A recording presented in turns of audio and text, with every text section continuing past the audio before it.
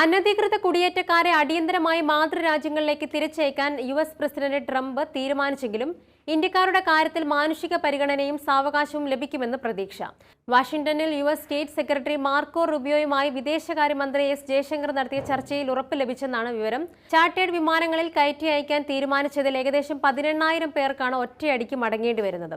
സാമൂഹ്യ സാമ്പത്തിക പ്രശ്നങ്ങൾ ചൂണ്ടിക്കാട്ടിയാണ് സാവകാശം ആവശ്യപ്പെട്ടത്. പല ഘട്ടമായി തിരിച്ചയച്ചാൽ പുനരധിവാസത്തിന് സാവകാശം ലഭിക്കുമെന്ന് അറിയിച്ചു. വിദ്യാർത്ഥി വിസ, വിദഗ്ധ തൊഴിലാളികൾക്കുള്ള വിസ, H-1B വിസ തുടങ്ങിയവയിൽ ഇളവും പ്രതീക്ഷിക്കുന്നുണ്ട്.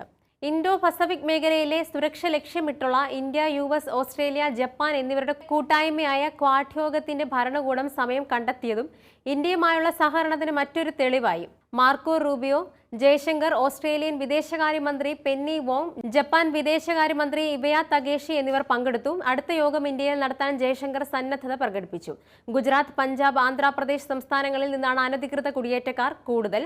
മലയാളികൾ കുറവാണ്. മടങ്ങുന്നവരുടെ എണ്ണം 30,000 വരെ ആകാം.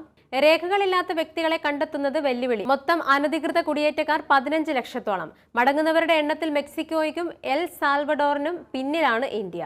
പ്രധാനമന്ത്രി നരേന്ദ്രമോദി ട്രംപ് കൂടിക്കാഴ്ച അടുത്ത മാസം വാഷിംഗ്ടണിൽ നടന്നേക്കുമെന്നാണ് അഭ്യൂഹം. ഇരു രാജ്യങ്ങളുടെയും നയതന്ത്ര പ്രതിനിധികൾ ആശയവിനിമയം നടത്തിയെന്ന് വാർത്താ ഏജൻസി റിപ്പോർട്ട് ചെയ്തു.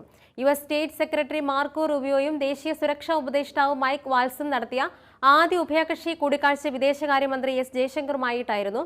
ട്രംപ് ഭരണകൂടം ഇന്ത്യയെ പ്രിയ പങ്കാളിയായി കാണുന്നതിന്റെ പ്രകടമായ സൂചന. അയൽ രാജ്യങ്ങളായ കാനഡ, മെക്സിക്കോ അല്ലെങ്കിൽ നിർണായക നാറ്റോ പങ്കാളികളുമായി ആദ്യ ഉഭയകക്ഷി ചർച്ച നടത്തുന്നതാണ് പതിവ്. പ്രതിരോധം, നവീന സാങ്കേതിക വിദ്യകൾ, ഇൻഡോ പസഫിക് വാണിജ്യം തുടങ്ങിയ മേഖലകളിലെ സഹകരണമാണ് ചർച്ചാ വിഷയമായത്. അതിനൊപ്പമാണ് കുടിയേറ്റ വിഷയത്തിൽ സാവകാശം അഭ്യർത്ഥിച്ചത്.